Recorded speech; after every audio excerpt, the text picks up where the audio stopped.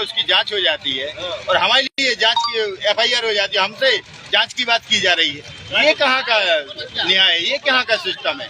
उसको भी आपको जांच के बाद 2 दिन बाद FIR करना थी, हमारी भी 2 दिन बाद कर देते। हमारा कोई अहम नहीं है, हमारी भी आप जांच के बाद करते। लेकिन ऐसा क्या है कि एक अधिकारी आता है, 15 मिनट में जांच हो जाती है और यहाँ पे हमारे लिए जांच के बाद बात की जा रही है।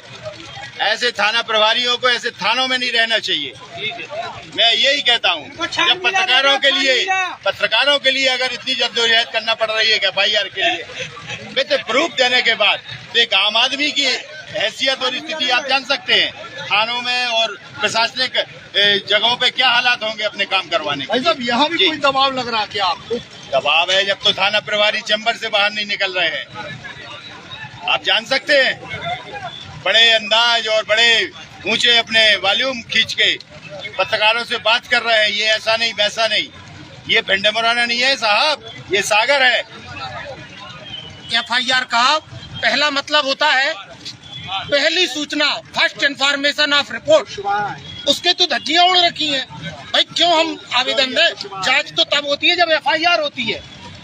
FIR का मतलब ही होता है कि पहली सूचना कहीं से ही मिले आपको दर्ज करनी है, तो FIR के लिए बैठना पड़ जाए। इससे बड़ा दुर्भाग्य नहीं हो सकता लोकतंत्र में।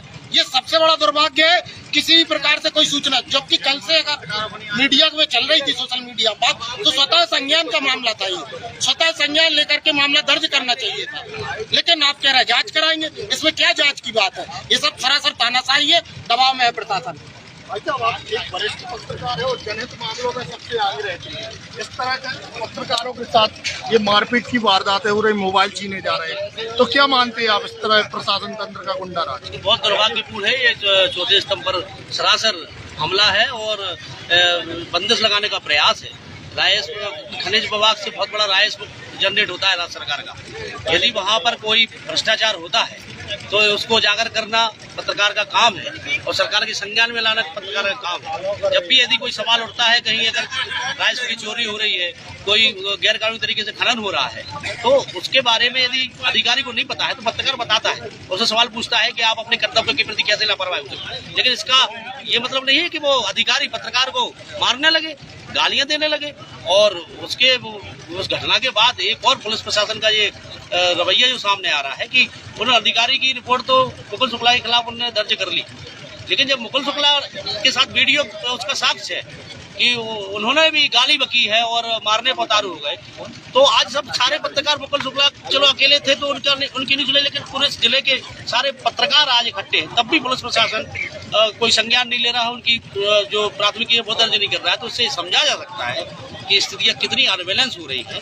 ये पत्रकार एक चौथा स्तंभ जब कमजोर होगा, जब उसकी अनसुनी की जाएगी तो तानाशाही निश्चित तरह बढ़ेगी। हम लोग इस बार आर पार की लड़ाई लड़ने के मूड में। कोई दबाव मान रहे हैं क्या इस तरीके का? प्रशासन लॉबी कहीं ना कहीं दबाव में है और एक तरफा ये कार्रवाई हो रही है। देखिए, खनिज विभाग जैसा जो राजस्व जनरेट करने वाला विभाग होता है वो कितना ईमानदार है, ये सब जानते हैं। परिवहन जैसा विभाग और खनिज विभाग है, ये सब जानते हैं कि क्या स्थितियाँ हैं। निश्चित तौर पर अधिकारियों को संरक्षण रहता है और भ्रष्टाचार के बलबूते रहता है, तो इसी से प्रभावित पुलिस प्रशासन भी लग रहा है। यदि पुलिस उसके फेवर कर रही, पुलिस एक अलग महकमा है, तो उसको तो अपनी निष्पक्ष कार्रवाई करनी चाहिए थी। जो फरियादी आता है उसको उसकी प्राथमिकी दर्ज करनी चाहिए, लेकिन अधिकारी की आपने प्राथमिकी दर्ज की, लेकिन जो मुकुल शुक्ला पत्रकार अपनी रिपोर्ट लिखाने जा रहे हैं तो उनकी तुम सुन नहीं रहे। तो ये तो खुद जनता देखेगी, जनता। भाई साहब, यहाँ पर एक प्रभारी मंत्री भी हैं और मंत्री जी भी हैं, और इस तरीके का पत्रकारों के साथ भेदभाव हो रहा है और दरकिनार किया जा रहा है प्रशासनिक विभाग से, तो क्या मैसेज देना चाहेंगे उनको? देखिए, लोकतंत्र को यदि जिंदा रखना है तो लोकतंत्र के चारों खंभों को मजबूत रखना पड़ेगा, उनको अधिकार देने पड़ेंगे। अभिव्यक्ति की आजादी पे आप हमला कर नहीं सकते, आप चौथे स्तंभ पर हमला कर नहीं सकते, या अनबैलेंस हो जाएगा, तानाशाही बढ़ेगी। और यदि आप उनको रोक रहे हैं, हम लोगों को रोक रहे हैं, हम लोग का दमन कर रहे हैं, तो निश्चित तौर पे आप लोकतंत्र के साथ नहीं रखते। तो ये मेरा मानना है कि यदि अधिकारी और जनप्रतिनिधि प्रशासन को बताना चाहिए कि एक दिन क्यों लेट कर रहा हमारी FIR। यदि लोकतंत्र को अगर रखते हैं तो उनको FIR की दर्ज करनी चाहिए।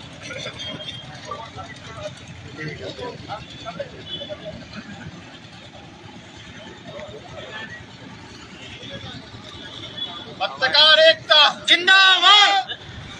हम अपना अधिकार किसी से भीख मांगते आवेदन का खेल बंद करो, बंद करो। FIR दर्ज करो।